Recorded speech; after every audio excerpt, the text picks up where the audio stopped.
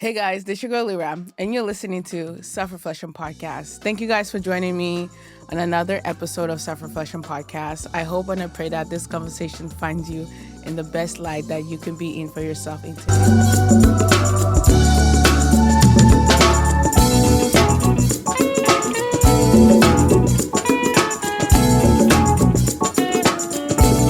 Before we get into our conversation, I want to ask you if you have yet to subscribe to Self Reflection Podcast, please go ahead and hit that subscription button. I'll greatly appreciate it. And for all those that have subscribed to our platform, I want to thank you. Thank you for being part of this community. Thank you for supporting Self Reflection Podcast. Thank you for allowing us to continue to grow. And I also want to encourage you in this moment, if you have yet to create a moment for self reflection, please go ahead and do that for yourself, right? Ask yourself a question that you have been pondering about this week or this month. It could be an emotional question or something that you have been working on for yourself, right? Ask yourself that question and do a 5 minute, 10 minutes, or 30 minutes reflection on it. Let's get into our podcast episode today. Today we have a guest on the Self Reflection Podcast. We are going to be talking to Andre. Andre's work is surrounded by, surrounded with working with youth in our community, right? Andre works with youth about the mental health, wellness. Also Andrew is the founder of Inner City Bliss. So before we get into a conversation, can you please let our family here on Self Reflection Podcast know who you are from your perspective? Sure. Thanks for having me. And yeah, my name is Andre Humphrey, and I am the founder and ED of a nonprofit in Oakland called Inner City Bliss. And yeah, our goal at Inner City Bliss is just to provide the community with tools that they need to thrive. And we've been doing that for the last 8 years. And I'm thankful, feeling a lot of gratitude for all the work that we're doing and all the work that we're going to be doing. So I'm happy to be here and looking forward to answering these questions. Yeah. Yeah. Before we get into it, I just want to say why this conversation matters, especially in today's society, right? A lot of young people today are navigating on presidential level of anxiety. Social media, it has taken over so many of us our lives, right? We depend on social media a lot, and also is challenging for many people or many young people to be able to understand their emotions. So there's a lot of emotional isolation. Also, we're going to be talking about the school system and how academic also focus more on just the developmental side of like the curriculum rather than the emotional part. So, if you're a parent out there that have a young child or a teenager, right, this might be a conversation that you might want to tune into or share it with a friend or family member that have somebody in that space as well. So let's get to know you a little bit more. Tell us, where did you grow up and what was your childhood like for you? Yeah. I grew up in Tulsa, Oklahoma.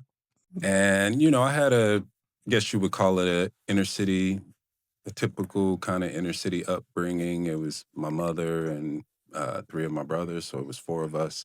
And, you know, looking back, you would say that there was a lot of challenges in growing up in that type of environment, especially being in the South. But as a kid, we didn't know what we didn't know. So, there was challenges that were present, but overall, it was a pretty happy life. We spent a lot of time playing outside and in sports and friends and community. So yeah, there was a lot of challenges there, but looking back, I had a great time Hmm. as a kid despite the challenges. Yeah. What moved you from the South to the Bay? Wow, that's a whole nother podcast in itself. But after I had finished college, or I didn't finish college. I was personally done with college. I went back home to Tulsa, Oklahoma, and for a young black male, it's either go work in a warehouse or turn to the streets, and Mm. those were two options that weren't very appealing to me. I did have a brother who was in California, and I would always come out to visit him. And anytime I came to California, I could feel the vastness and the spaciousness and the opportunity in California. So once I started going kind of down the wrong path, Spirit told me that it was time to reach out to my brother and come back to California for the second time and try to make it work. Hmm. Yeah. If somebody has never been to Oklahoma, like, what is it like compared to like the Bay Area? Not as many races, so it's a lot more diversity out here. Hmm.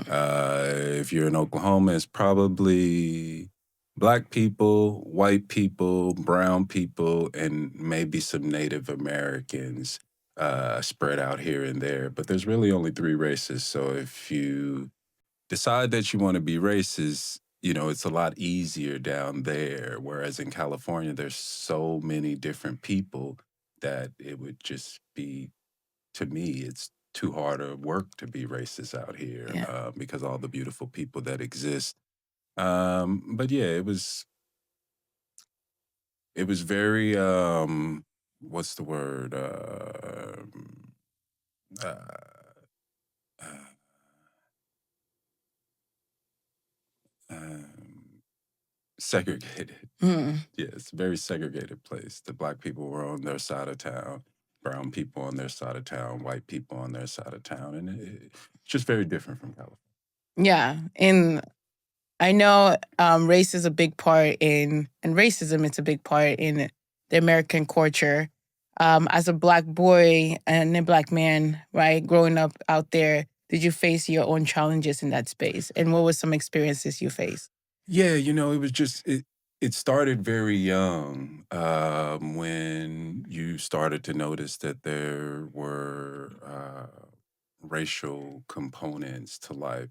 Just like one of the earliest memories that I can remember is we went to a certain school and we would catch a bus and there was a limit on how many black kids could ride the bus and you couldn't go over that limit, right? Or for example, like when we're playing sports and we would go to the white towns and play the all white teams, we would feel some energy toward from the crowd and the refs, a little bit of favor on how we felt towards the white teams. And so we were very young when we started to notice the racial components of Hmm. life. Yeah.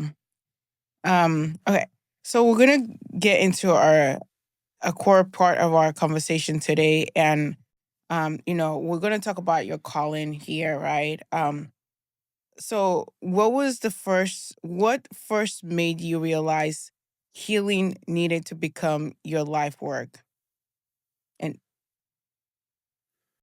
Yeah, I think for me personally, it was, that was a theme for my life of surviving and healing from the day I was born. I was born with jaundice in my liver. So when my mother had me, she couldn't hold me. I didn't get to go home. I had to stay in the hospital under a light. Mhm. And, from that moment of birth, I was surviving and healing. And then, growing up in my childhood, felt like there was, every 10 years, there was some type of thing, a crisis or something that I was surviving and having to heal from. And then when you kind of look at life in general, I think everybody's kind of going through surviving and healing. It almost seems to feel like that's a part of the human experience. Mhm. Now, when I did discover meditation and mindfulness and the art of self care, those things were very helpful to me, and I couldn't help but wonder, would healing be easier or would it have been easier if I started at 10 Mhm. instead of 30? So, questions like that is what inspires the work that we're doing. Yeah, and just for a second part of that question is, was there a specific moment where you saw the gap between surviving and thriving? See, I think from the moment I was born, I was experiencing surviving and thriving. So even though I didn't know it at the time, Mm, it was that theme was always present. Now, I could turn myself into the victim and be like, oh, that's just me and woe is me. But when you look at the landscape of life, that's part of the human experience. We're all surviving something. We're all reaching towards healing. Uh, so yeah, I became aware of that theme pretty young, you mhm. know, but I think everybody's going through. Yeah, I Yeah. agree. So, when we talk about that, we're diving to the work that you do right now at Inner City Bliss, right? Can you tell us a little bit more about Inner City Bliss and where it actually stemmed from? Yeah, Inner City Bliss, we're a state recognized 501c3 nonprofit organization, and we offer mindfulness, movement, nature based programs Hmm. to the community. Our focus is on the youth, but we also do intergenerational as well. And Inner City Bliss is all about giving our community the tools that we need to survive and heal and thrive despite some of the challenges that we go through Yeah. within our community. Yeah, and Inner City Bliss was birthed from my own journey of surviving and healing from the day I was born to things that happened at 10 to 16 to 20. It was always surviving and seeking healing. And through that quest, I developed a lot of tools that I felt like could be beneficial to the community. And once I realized that, I knew that it was my duty to go back into my community and introduce people to these self care tools earlier than Hmm. I was able to experience. Yeah. Was there somebody in your life that brought these tools to you? No, growing up in Tulsa, Oklahoma, in the '80s and the '90s, there was no focus on mental health. I don't even think that was a word back then. There was nobody doing yoga or self care or spending time in nature. These things were foreign Mm, in our community. And I think that's, why I'm inspired to do Inner City Bliss. Because if I can teach a kid at 10 about meditation, about yoga, about self care, then when they get 18 and 20 and they really need it, there's no stigma there. These are just regular things that everybody does, yeah. right? So we're breaking down those barriers to those practices.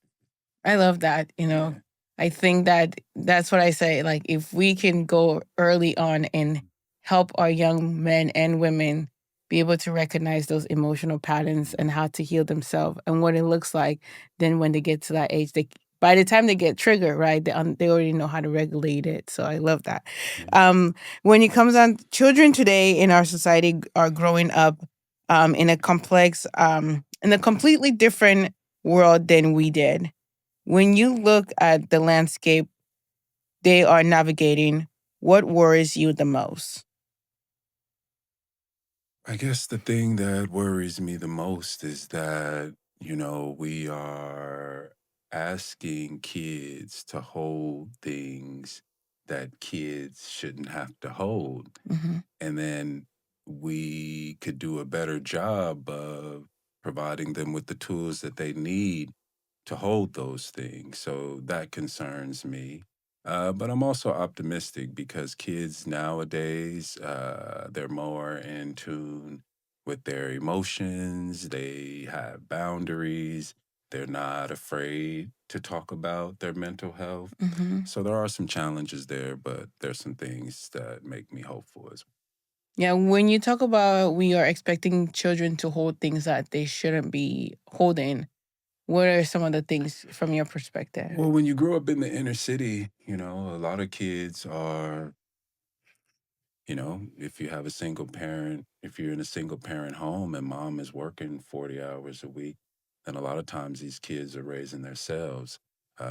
So they're getting themselves back and forth to where they need to be. They're preparing food. They're holding responsibilities Mhm. that parents should have to hold. And then we're not even talking about the trauma and things that they experience. So you have these kids that are holding a lot of things, and a lot of times our parents don't have the tools to regulate themselves. So it's just a very unfortunate situation, and it's very important that we recognize that and start to learn how to take care of ourselves Mm-hmm. better so we can teach our kids how to take care of themselves, because the reality is if you're a human being in a body, there's going to be suffering that you're going to experience, and we can't just expect these kids to know how to hold these things. We want these kids to be regulated, we want them to behave, we want them to listen, we want them to focus, but none of the curriculum or the things that we're focusing on are teaching them those things. So we have to take responsibility for our kids. Yeah. Right? Yeah, and I think we're going to talk about a little bit about that when you talk about the curriculum, right? Which kind of brings us next to our next question is if schools taught emotional intelligence with the same rigor and importance as they do with mathematics, what do you think would fundamentally change about our society in 20 years? Maybe Yeah, in 10 years? yeah. I think the change that we're seeking in community and in the world is in teaching people how to take care of their inner world. Mhm. We spend a lot of time preparing kids how to pass the test on paper, but we don't teach them how to deal with their mind, how to deal with their emotions. Every kid is going to deal with like anger, grief, confusion, depression, sadness, and we have to provide them tools for that. You know, Mhm. when you look at the inner city and you look at some of the hopelessness and some of the crime and some of the problems that we have, all of that stuff is kind of or pretty much connected to self awareness Yeah. and emotional regulation. How do I see myself? How can I take care of all these things that are going on inside of me? So I believe the change that we're seeking in the world is through shifting our focus. Or, we still want to prepare the kids for the outer world, but I think we need to prioritize the inner world either just as much or more Hmm. than the outer world. Yeah, and I know you just recently touched about how we are preparing kids more for the outer world, right? With teaching them how to take tests. What are some of the practice that you are doing with Inner City Bliss with the young youths? What are some of the practice that you guys are bringing to these kids to be able to prepare them for the internal world? Yeah, so learning how to be still is Mm. a skill. And I say that to the kids all the time when we're meditating. We don't teach the art of stillness, sitting down, getting quiet, going within, becoming aware of my thoughts and my emotions. There's so much distraction in the world, so much stimulation in the world that if we want, we can stay stimulated and distracted and never deal with what's going on in the inner world. So we teach the kids how to slow down, how to close their eyes, how to focus on their breathing. If you do that, how your mind and your body naturally relaxes. We teach them how to deal with their thoughts, how to deal with their emotions, how to put space in between what I'm feeling and how I'm reacting. It's all about the social emotional, the regulation, being aware of what's going on Mhm. inside of you, and being able, having the tools to be able to deal with a negative thought, right? To be able to notice a negative thought, take a breath, and replace it with a positive affirmation. But these are the things that we're teaching the kids, and then just introducing them to the practices.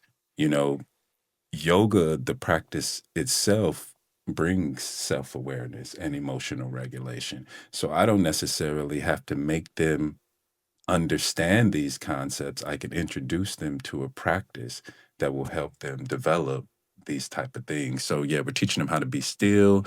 We're teaching them how to meditate. We're teaching them how to do yoga, teaching them how to exercise by dancing and moving the Mm, body. So yeah, just providing the tools that you need to navigate your inner landscape. yeah. And when it comes down to like the work that you're doing, right? How do you see the shift happening in the kids? Do they tell you? Do you see the behavior change? Yeah, so you do see behavior change. Hmm. So kids who come in, when you first come in, they think meditation is weird. They can't really slow down, and then by the end of class, they're asleep. Mm. They're so relaxed that they're sleeping. Or you see instances where a kid gets upset, and when a kid gets upset and starts crying or gets emotional, we make them sit down. We make them focus on their breathing, and we take them through a stress reduction flow. So we're teaching them that, hey, when you have these things come up, here is a process that you automatically go to handle it. And then you see a kid upset, and then you see another kid sitting down with them and facilitating the Mm. stress reduction flow. These are the type of things that we see that show that the practice is working. And then more important, like, we're breaking down that stigma. So these kids talking about meditation, when they see me, hey, Mr. Mindfulness, are we doing yoga today? Right? For me, these concepts had stigma around them when I decided to go into meditation and yoga. But, when we introduce the kids to these concepts very young, we're breaking down those walls. So these type of things just become a regular part of life. Yeah. Yeah. When it comes down to the weight that children inherit, right? Because I think trauma is something that, yes, we can have our own personal trauma, but also we can inherit trauma because generational trauma, I think, goes at least 4 generations back in our bloodline. So when it comes down to that, how early, right? I kind of just answer my own question here, but how early does trauma response actually begin? And also, can children inherit emotional patterns and anxiety from their parents before they have the vocabulary to say so? Yeah, I would say so. I think from the moment we're in the womb, or maybe even before that, we're picking up on what's going on around us. So, yeah, I think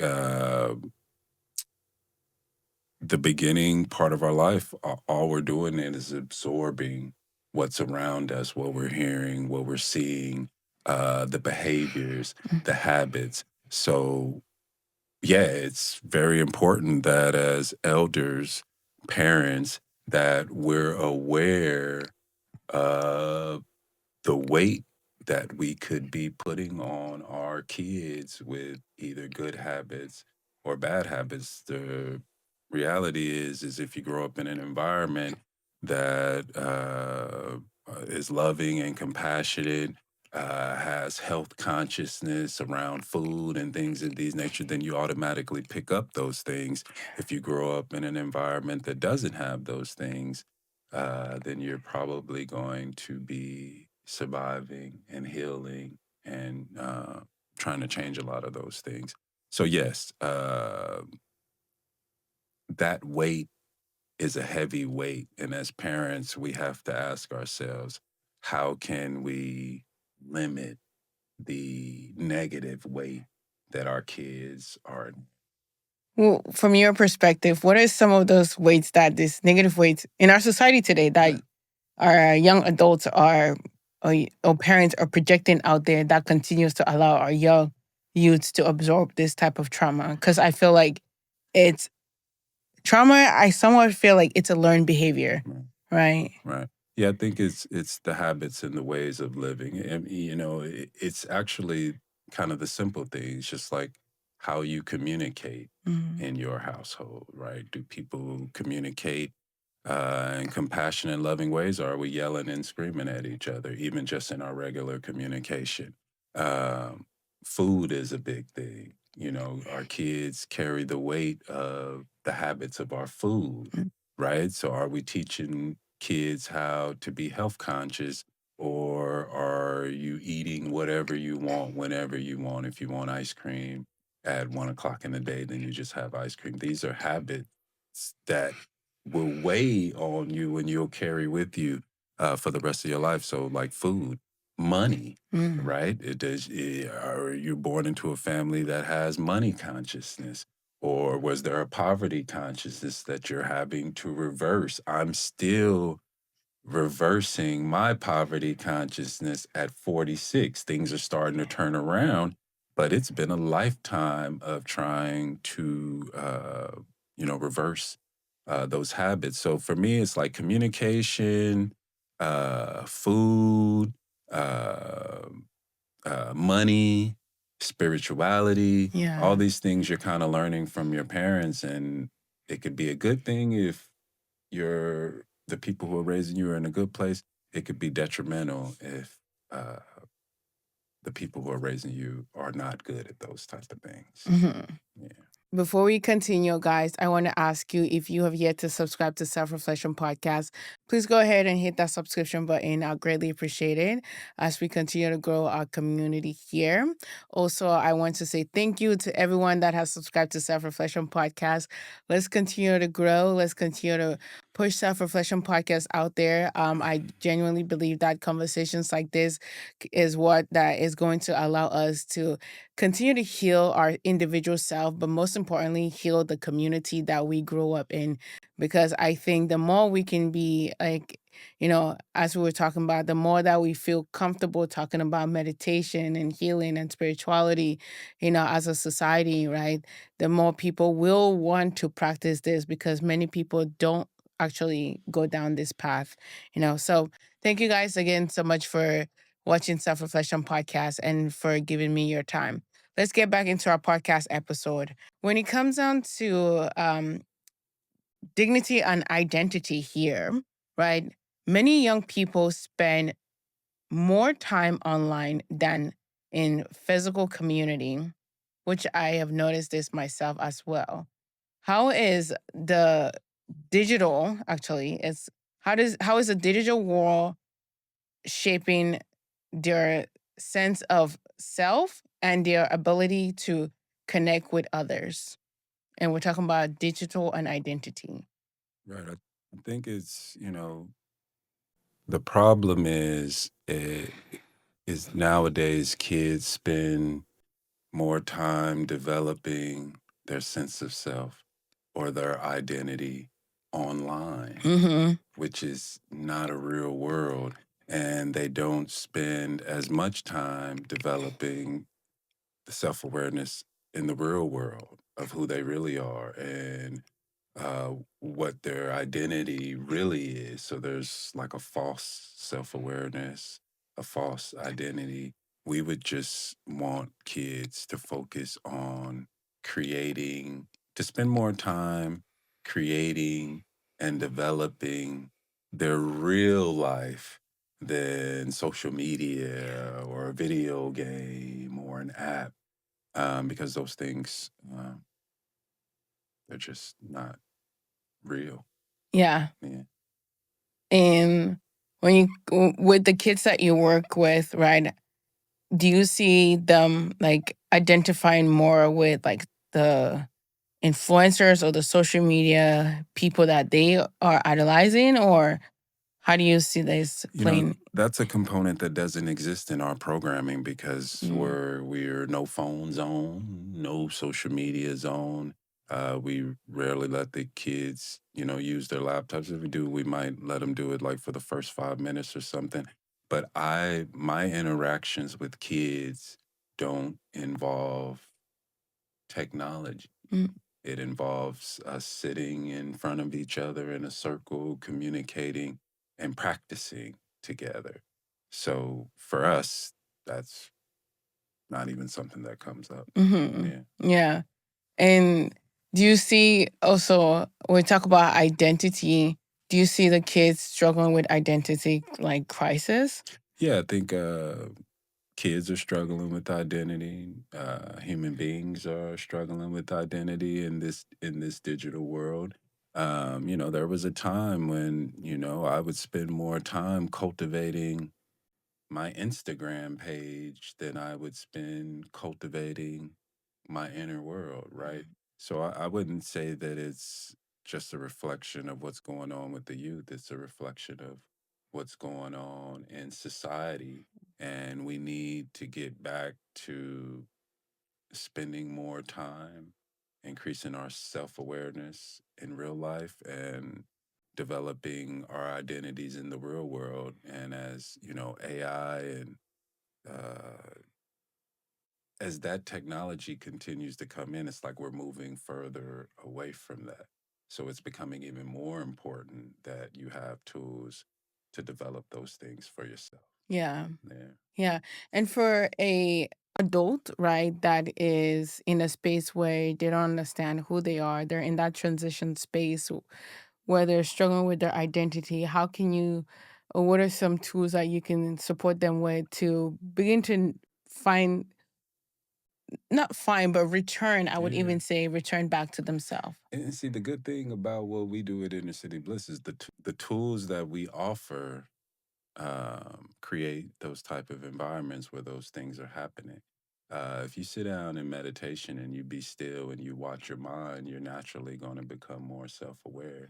If you're practicing yoga and you develop a pretty good regular daily practice, you're going to be increasing your self awareness. You're going to start to identify what's important to you. So through the practices, those things naturally happen. So we don't worry so much about trying to change these things for Hmm. people.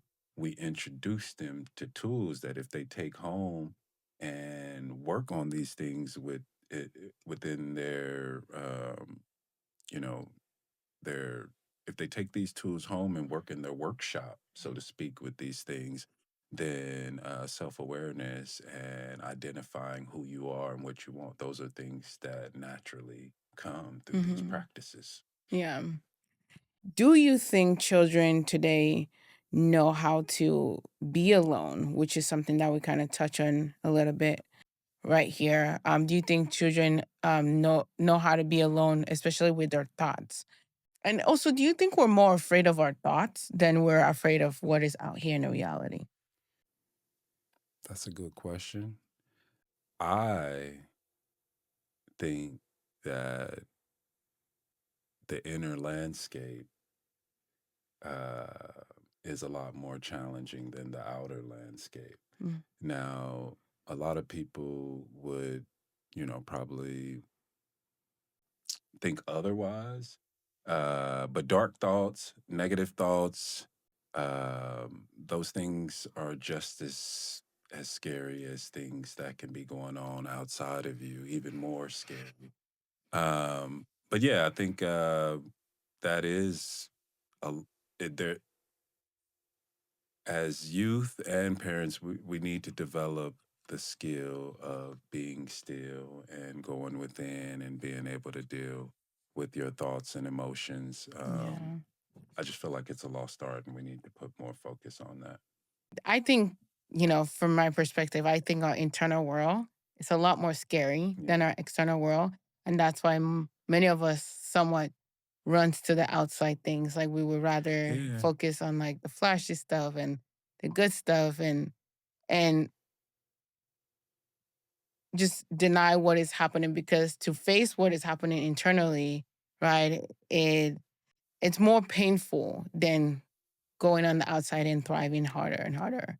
Yeah, for sure. I think, and that's one of the biggest challenges with people with meditation who come in and, they're new to it. A lot of times they think that when you sit down and you meditate, that it's going to be blissful and sunshine and rainbows. But you sit down and you be still and you quiet your mind. And now all the issues you have with your mother are popping up in your head, all the issues you have with your father is popping up in your head, all the issues you have with your country and your president, and all these things start popping up in your head. And you're like, woo, Mm, I thought that this was supposed to be peaceful. And then you get up and you're like, oh, the hell with that. I'm not meditating anymore. Um, but that's the work. yeah. When you sit down and you be still and your mother keeps popping up, there's some work and some forgiveness needed to be done there. Yeah. When you sit down and the president keeps coming up, there's some work and some forgiveness to be done there. Ultimately, it's about, creating an inner landscape where you can have peace of mind and you can be okay with what's going on in the world, and holding on to these ruminations and these negative thoughts are usually the biggest deterrents in happiness of life, not what's going on outside of Yeah. you. Yeah.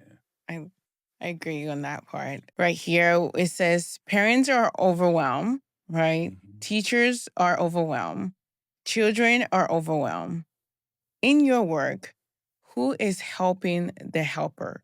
And why is this the first step to community healing? Yeah, I think it's the first step because, the helpers, they're the ones who are taking care of the kids and raising the kids, and we can't expect them to be good at their jobs if they're not happy inside, or if they're not emotionally regulated, or if they're stressed. They're creating the container for the kids. So it's important, that we can take care of them. But I don't think, I mean, I'm sure that there's people helping the helpers, Mm, but I think a more effective approach is we need the helpers to understand that they need to become healers. We mm, need the helpers to be healers. So the people who are helping the kids, they have the tools to survive, to heal, to take care of themselves. And then within the container where they're working with the kids, they're teaching these kids these concepts. So instead of the helpers seeking help, the helpers become healers. So therefore, they become the help, and they're teaching the kids through what they've learned. So mm. yeah, we don't need more help for the helpers. We need the helpers to become healers. Yeah. And how do we dive more into that healing space? Well, we have through I'm a little biased, but it's like, hey, through the kind of work that we're doing in Inner City Bliss, you have to have a self-care practice. Like, Mhm, how do you take care of yourself? Okay, life is all about regulating your emotions. Let's say life is going regular and how you feel you're at a 10. There's going to be something that happens in your life that's going to knock you down to a 5. How long do you stay at a 5? Or do you go down to a 5 and then you get even more depressed, or you go down to a 1? Or do you have tools to regulate yourself to bring you from that 5 back up to the 10? Everybody needs to learn how to take care of themselves. So when I say the helpers need to become healers, the helpers need to know how to regulate themselves. The mhm, helpers need to recognize when they're stressed out or when they're having any negative emotions, and be able to go sit down and deal with that and write an affirmation or go for a walk or do some dancing or do some yoga. The helpers have to learn how to take care of themselves so they can teach the kids how to take care of themselves. Because right now we have helpers who don't have the tools mhm. and the support, trying to support the kids who are unregulated and don't have the tools or the support. So I think the goal is for us to teach the helpers how to become healers, and the helpers can't seek for help outside of themselves. They have to realize that they've signed up for the job to be the help. So yeah. I agree. Um, when you look at our society today and how like there's so many beautiful things. I don't want to focus on the chaos, right? I also want to acknowledge that there's so many beautiful things that's going on in our world, right? So many people are actually waking up to this healing practice. So many people are connecting to their consciousness, the internal self, and the godlike self. However, we also cannot neglect the chaos that is happening, right? Because sometimes, even though the chaos might be the smallest thing that's happening in our world, it does feel as if it's a lot more heavier Hmm. than what the piece is bringing to us.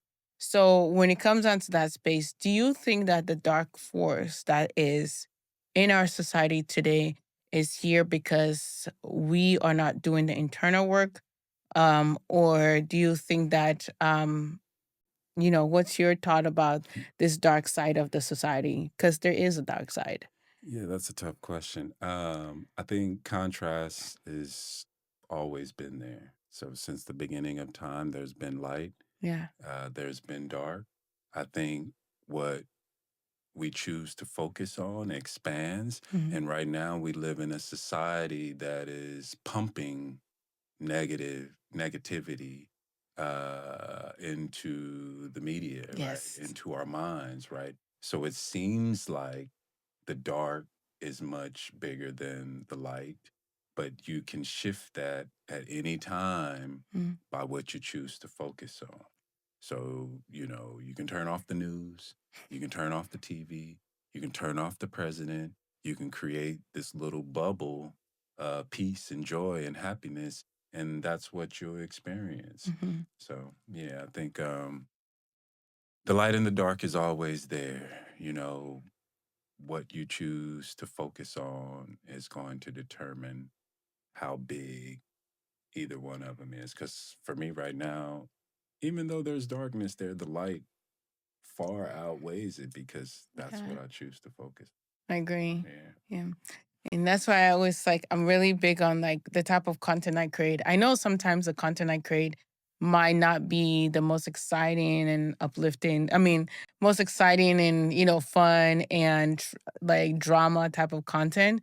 But I still focus on this healing type of content and this more like peaceful and not to say that everything is always jolly, right? But it's what I wish to put out into the world because I feel like Yeah. there's a lot of us that are content creators that just Hmm. like are now doing the dark work of like the dark side, right? Without even us knowing unconsciously, like we're creating all this toxic content that is we're feeding into our society and then that energy continues and then we wonder why so many people are depressed on social media, Yeah. so many people are sad on social media because we as a society are feeding that, right? I read a quote somewhere that says like, yes, Hitler was a bad man, or Hitler, I think that's his name, right? Hitler was a bad man, but there would be no Hitler if they were not his soldiers doing the damage for him, right? So I feel like that's the same thing with social media today. And I'm only speaking about this because I'm in that space. It's like,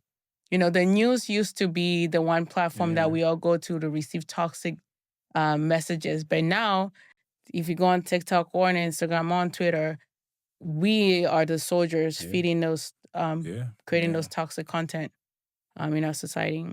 Yeah. I think it's a lot of social engineering Mm-hmm. happening on these platforms. They're not giving us the news in general, they're giving us the news that they want us to have. Yeah. And you see a lot of the people who are in the work that you're doing, they're caught up in the algorithm. Yeah. So if the algorithm says that I need to post negative, silly, hollow content to get followers and to get money, then a lot of people are doing that. But I commend you and me for the work, people like us for the work that we're doing because we're choosing to bring the light Yeah. to the darkness. And that can feel like an uphill climb that you're doing, that you're doing alone. But in reality, we need more of us to Mm-hmm. balance Yeah. because the light and the dark is always going to be there. But to me, the light still shines in the darkness, right? Mm-hmm. So, yeah. I agree. What role does community plays in raising an emotional healthy child? I think community plays a big role. But for me, I think that healing starts individually first. Mm, And the reason why I say that is because if you have a community of people who aren't healed individually, the community can become a negative thing, right?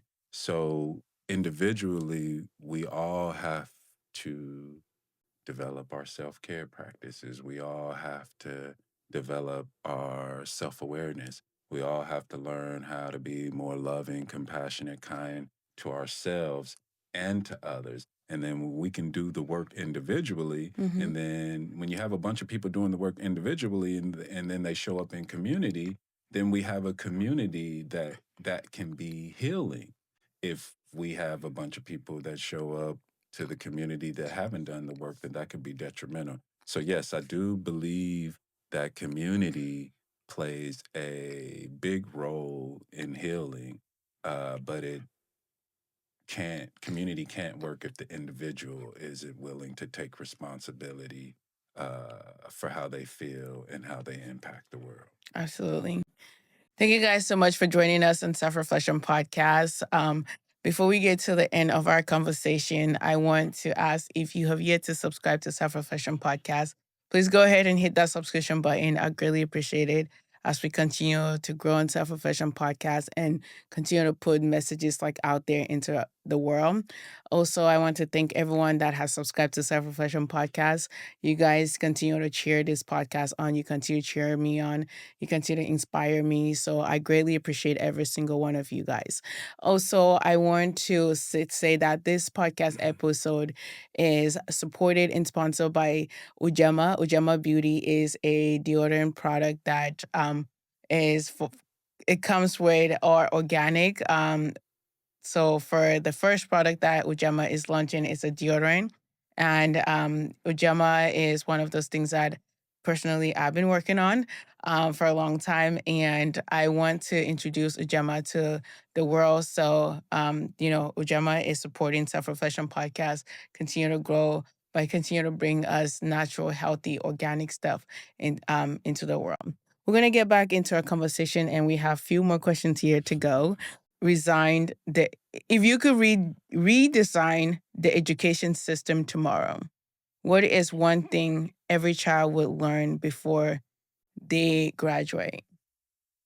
Yeah, I think that's kind of going back to the questions that we were previously discussing. Hmm. The curriculum needs to focus just as much on the inner landscape as the outer landscape. Yeah. We teach the kids and we try to give them everything they need to be successful in the outer world.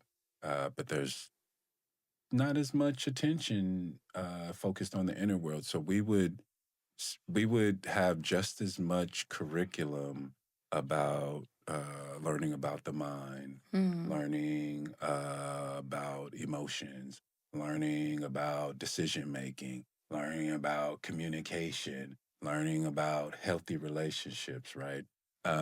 So if I was reimagining school, I think, we would, I mean, I'm just making this up, but we would break down the curricula doing 100% of what they're doing right now. We would cut that to 50, and then the other 50 would be the social, emotional learning, the self care practices, developing. So it's like if Inner City Bliss mixed with the regular school curriculum, where Yeah. half the time they're studying history, art, science, whatever, math, and then the other half they're learning how to meditate.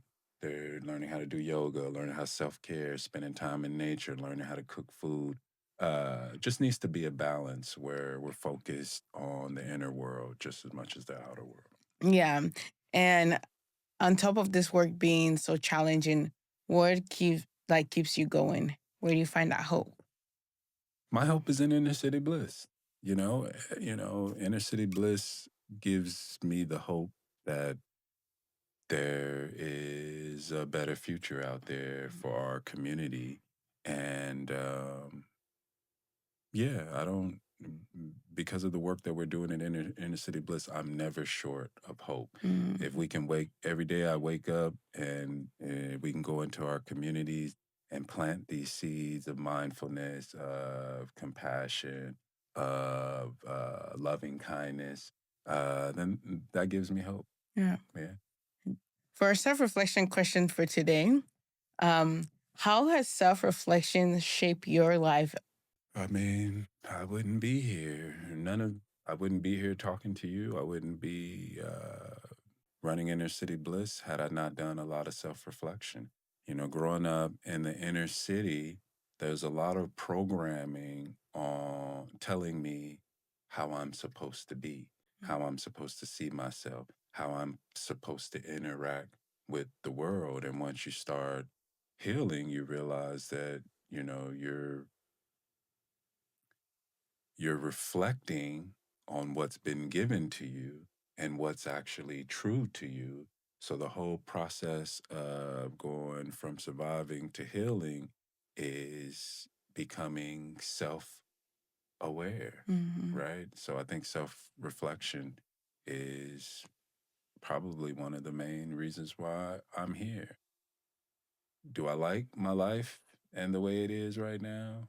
Can I see a better future for my life? Do I think this is possible for me to create it? So everything that I'm doing now is built around self reflecting and being clear on where I was and where I want to be and what I got to do to get there. Hmm. So yeah, self reflection played a big role.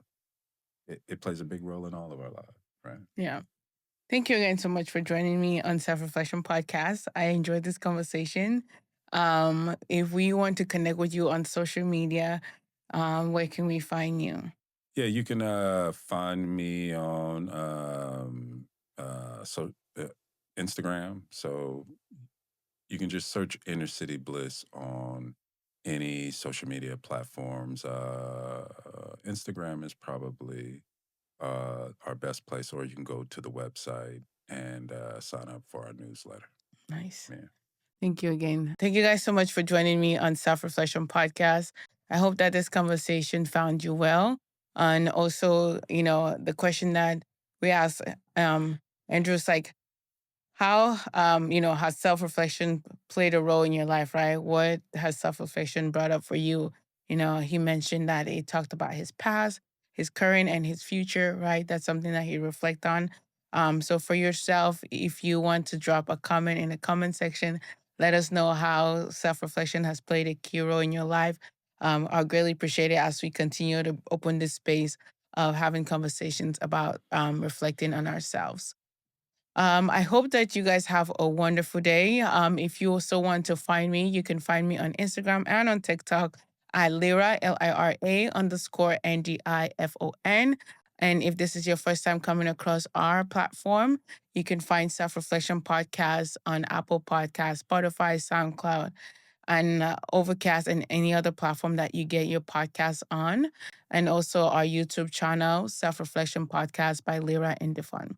I hope you have a wonderful day. Take care of yourself, love yourself, be kind, and be gentle with yourself. Until next time, you're listening to Self Reflection Podcast. And this is your girl, Lira. Ta da!